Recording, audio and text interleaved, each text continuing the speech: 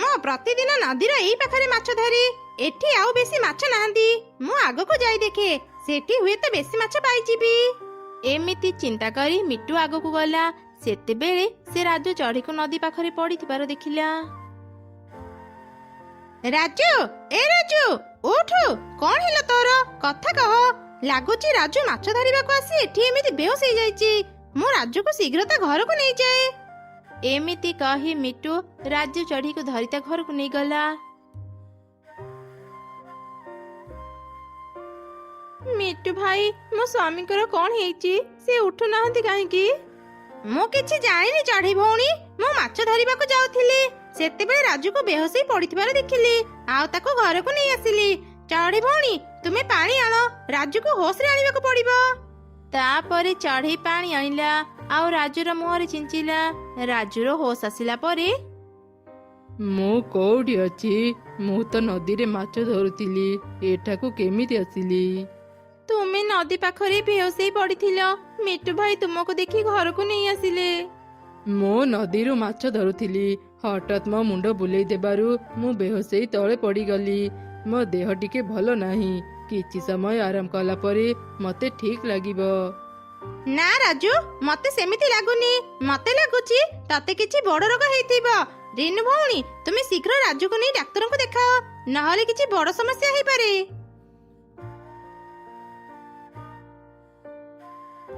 ନାଇଁ ରେନୁ, ମତେ ଡାକ୍ତରଙ୍କ ପାଖକୁ ନେନି।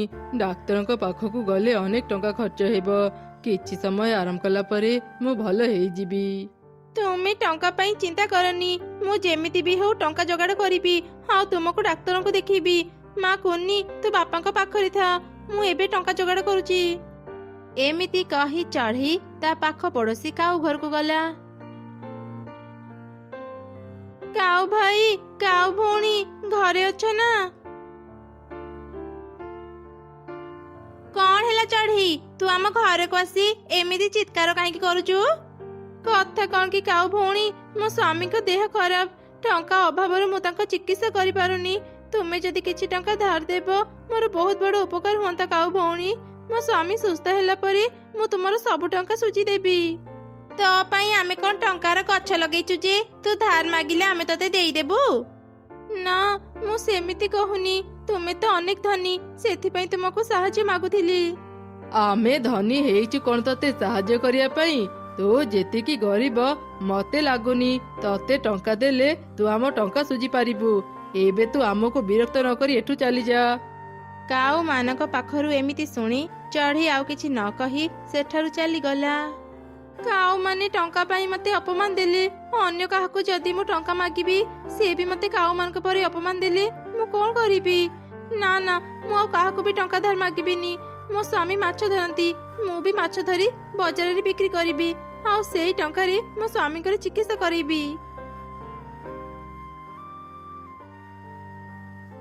ଏମିତି ଚିନ୍ତା କରି ଚଢ଼େଇ ନଦୀକୁ ଗଲା ଆଉ ଜାଲ ଫିଙ୍ଗିଲା।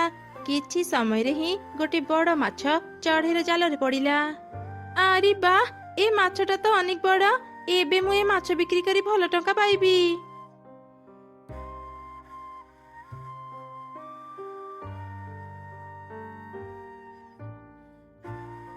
ଏ ପକ୍ଷୀଟା କେତେ ବଡ଼ ମାଛ ନେଉଛି। ମୁଁ ଏବେ ଯାଏ ଚଢ଼େଇ ପାଖରୁ ମାଛ ନେଇ ଆସେ। ଏ ଜଙ୍ଗଲକୁ ବୁଲିବାକୁ ଆସି ମତେ ଭାରି ଭୋକ ଲାଗିଲାଣି। ଏବେ ଆଉ ନଦୀକୁ ଯାଇ ମୁଁ ମାଛ ଧରି ପାରିବିନି। ସନ୍ଧ୍ୟା ସୁଦ୍ଧା ପୁଣି ମୁଁ ଘରକୁ ଫେରିବି। ଏମିତି କହି ବଗ ଉଡ଼ିଯାଇ ଚଢ଼େଇର ଗୋଡ଼ରେ ଖୁମ୍ପି ଦେଲା। ଚଢ଼େଇ ପାଖରୁ ତା ମାଛ ତଳେ ପଡ଼ିଗଲା। ଯେମିତି ମାଛ ତଳେ ପଡ଼ିଗଲା, ବଗ ମାଛ ଧରି ଉଡ଼ିଗଲା।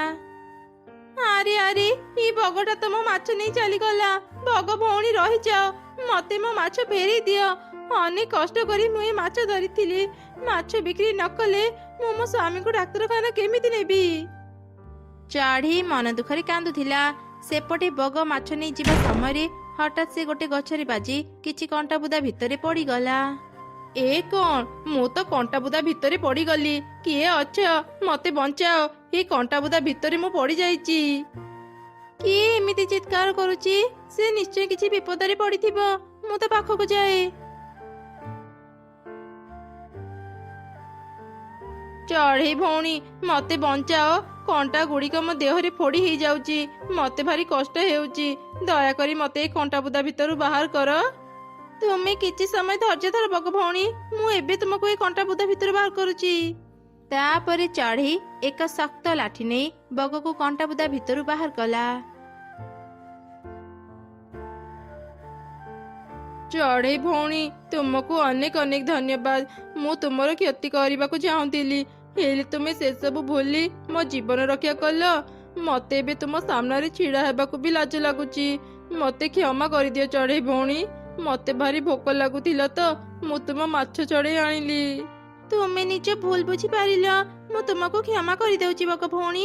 ଏମିତି ଆଉ କାହାକୁ କିଛି ନ କହି ତା ଜିନିଷ ଛଡ଼େଇ ନେବନି, ନହେଲେ ତୁମେ ଏମିତି ବିପଦରେ ପଡ଼ିବ। ମୋ ସ୍ୱାମୀଙ୍କର ଦେହ ଖରାପ, ମୁଁ ସେ ମାଛ ବିକ୍ରି କରି ମୋ ସ୍ୱାମୀଙ୍କର ଚିକିତ୍ସା କରିଥାନ୍ତି। ତାହେଲେ ତ ମୁଁ ବହୁତ ବଡ଼ ଭୁଲ କରିଦେଲି। ଚଢ଼େଇ ଭଉଣୀ ଟିକେ ଅପେକ୍ଷା କର, ମୁଁ ଏବେ ତୁମକୁ ତୁମ ମାଛ ଆଣିଦେଉଛି।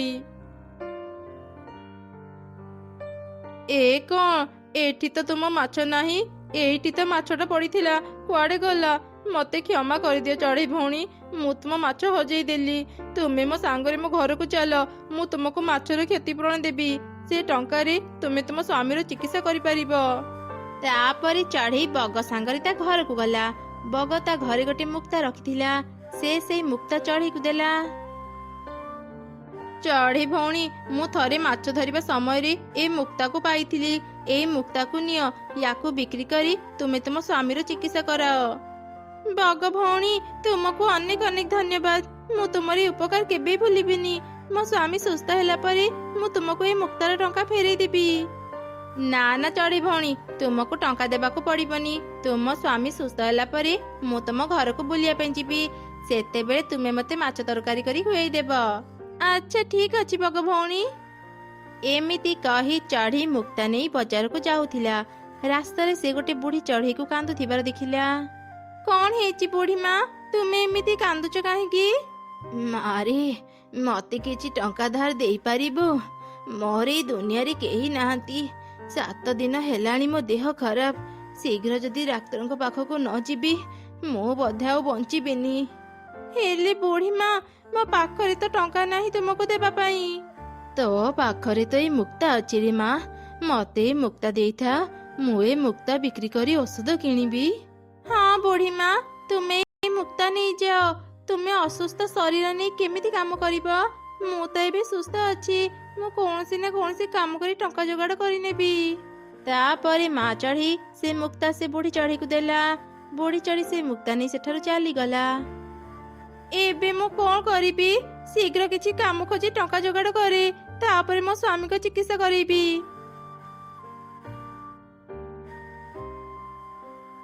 ଚଢ଼େଇ, ତତେ ଆଉ କାମ ଖୋଜିବାକୁ ପଡ଼ିବନି, ମୁଁ ତତେ ସାହାଯ୍ୟ କରିବି। କିଏ ତୁମେ? ତୁମେ ମତେ କେମିତି ସାହାଯ୍ୟ କରିବ? ମୁଁ ଜଣେ ପରୀ। ମୁଁ ତୋର ସବୁ କଥା ଶୁଣିଛି। ତୁ ନିଜେ ବିପଦରେ ଥାଇ ବି ଅନ୍ୟକୁ ସାହାଯ୍ୟ କରୁଛୁ। ତୋର ଏ ଗୁଣ ଦେଖି ମୁଁ ଅନେକ ଖୁସି। ଯିଏ ଅନ୍ୟକୁ ସାହାଯ୍ୟ କରେ ଭଗବାନ ତାକୁ ସାହାଯ୍ୟ କରନ୍ତି। ତୁ ଏ ଯାଦୁର ଆଇନାକୁ ନେ। ଏ ଯାଦୁର ଆଇନାକୁ ତୁ ଯାହା ବି ମାଗିବୁ ସେ ତତେ ସବୁ ଦେବ। ତୋ ସ୍ୱାମୀ ପାଖକୁ ଏ ଆଇନା ନେଲେ ତୋ ସ୍ୱାମୀ ବି ସୁସ୍ଥ ହେଇଯିବ। ତୁମେ ସତ କହୁଛ ପରୀ? ମୋ ସ୍ୱାମୀଙ୍କ ଦେହ ଭଲ ହେଇଯିବ? ପରୀ, ମୁଁ ତୁମକୁ କେମିତି ଧନ୍ୟବାଦ ଜଣେଇବି ଜାଣିପାରୁନି। କିଛି କଥା ନାହିଁ ଚଢ଼େଇ, ମୁଁ ସବୁବେଳେ ଭଲ ଚଢ଼େଇମାନଙ୍କୁ ସାହାଯ୍ୟ କରେ। ଏବେ ତୁ ଏ ଆଇନା ନେଇ ଘରକୁ ଯା। ତାପରେ ଚଢ଼େଇ ଆଇନା ନେଇ ଘରକୁ ଗଲା। ସେ ତା ଝିଅ ଆଉ ତା ସ୍ୱାମୀକୁ ସବୁ ଘଟଣା କହିଲା। ସେ ଯେମିତି ଆଇନା ତା ସ୍ୱାମୀ ପାଖକୁ ନେଲା, ଆଇନା ତା ସ୍ୱାମୀର ଦେହକୁ ଭଲ କରିଦେଲା। ରେନୁ, ମୁଁ ସୁସ୍ଥ ହେଇଗଲି। ମୋ ଦେହ ଏବେ ଭଲ ଲାଗୁଛି। ପରୀ ଆମକୁ ଏଇ ଯାଦୁର ଆଇନା ଦେଇ ଆମ ଉପରେ ଅନେକ ଉପକାର କରିଛନ୍ତି। ଯାଦୁର ଆଇନା ପାଇଲା ପରେ ବି ମୁଁ ବସି ଖାଇବାକୁ ଚାହୁଁନି ରିନୁ। ମୁଁ କିଛି ନା କିଛି କାମ କରିବାକୁ ଚାହୁଁଛି। ଯାଦୁର ଆଇନା, ଆମକୁ ଏକ ହୋଟେଲ ଦିଅ, ଯେମିତି ଆମେ ପ୍ରତିଦିନ ହୋଟେଲରେ ଖାଇବା ବିକ୍ରି କରି ଟଙ୍କା ରୋଜଗାର କରିପାରିବୁ। ଚଢ଼େଇର କଥା ସରୁ ସରୁ ସେଠି ଗୋଟେ ବଡ଼ ଆଉ ସୁନ୍ଦର ଘର ତିଆରି ହେଇଗଲା। ସେ ଘର ଭିତରେ ହୋଟେଲର ସବୁ ଜିନିଷ ଆଉ ସାମଗ୍ରୀ ବି ଥିଲା। ରୋଜଗାର କରିବାର ବାଟ ତ ଏବେ ମିଳିଗଲା ରିନୁ। ଏଇ ଯାଦୁର ଆଇନାକୁ ଘରେ ରଖିବାଟା ଆଉ ଠିକ ହେବନି। ତୁ ପରୀକୁ ତା ଯାଦୁର ଆଇନା ଫେରେଇ ଦେ। ଏବେ ମୁଁ ପରୀଙ୍କୁ କୋଉଠି ଖୋଜିବି? ଏ ଆଇନାକୁ ମୁଁ ଘରେ ରଖି ଦେଇଥାଏ।